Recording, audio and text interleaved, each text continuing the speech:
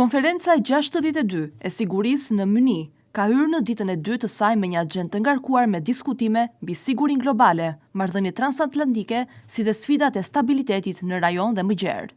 Eventi zhvillohet në hotelin Bayerischer Hof dhe ka mbledhur më shumë se 60 krye-shtetesh dhe qeverish përfaqësues të 50 organizatave ndërkombëtare dhe delegacione nga 115 vende. Në një nga fjalimet kryesore, sekretari amerikan I shtetit Marco Rubio theksoi rëndësinë e bashkëpunimit transatlantik, duke quajtur lidhjen SBA-Europë të pathyeshme.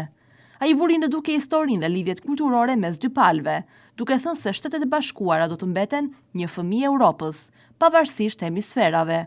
Rubio nënvizoi se SBA-t janë të gatshme të veprojnë edhe vetë, por preferojnë bashkëpunim me aleatët evropian për të ndërtuar një shekull të ri perëndimor. Ai foli gjithashtu për luftën në Ukrainë, duke theksuar përpjekjet për të testuar marrëveshjet e mundshme paqësore dhe sanksionet e reja ndaj naftës ruse, duke thënë se lajmi I mirë është që çështjet kryesore janë ngushtuar, lajmi I keq është se pyetjet më të vështira mbeten të pazgjidhura. Presidenti I Ukrainës Volodymyr Zelensky dhe kryeministri holandez Mark Rutte do të marrin pjesë në një panel dedikuar sigurimit të mbështetjes ndërkombëtare për Ukrainën.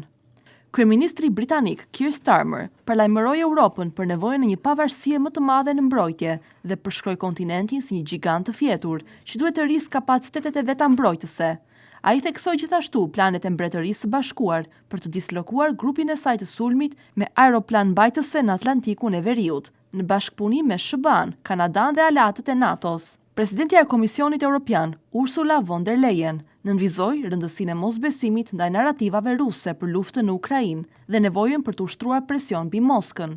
Ajo vuri në duke dështimin e synimeve të Vladimir Putin për pushtimin e Ukrainës dhe rolin pozitiv të NATO-s në forcimin e sigurisë europiane. Pjesëmarrës ishte gjithashtu edhe ministri I jashtëm kinez, Wang Yi, I cili foli për pasojat e mundshme të tensioneve me SBA-t dhe theksoi rëndësinë e bashkëpunimit mes dy fuqive globale. Ai tha se Kina nuk dëshiron një përshkallëzim të rivalitetit midis Europës dhe Pekinit dhe vlerësoi shenjat e respektit nga Washingtoni. Ai bëri thirrje për ringjalljen dhe reformimin e Kombeve të Bashkuara dhe nënvizoi se OKB-ja mbetet platforma më universale dhe autoritare, ku të gjitha vendet kanë të drejta të barabarta, dhe paralajmëroi për rreziqet nga tensionet në lindjen e mesme dhe u bëri thirrje palëve të veprojnë me maturi për të shmangur konflikte të reja. Dita e dytë e konferencës pritet të fokusohet te sfidat globale të sigurisë, roli I fuqive të mëdha dhe ardhmja e mbështetjes për Ukrainën. Ditën e parë, presidenti francez Emmanuel Macron bëri thirrje për një Evropë të fortë, ndërsa kancelari gjerman Friedrich Merz pranoi ekzistencën e një çarje mes Europës dhe SBA-ve.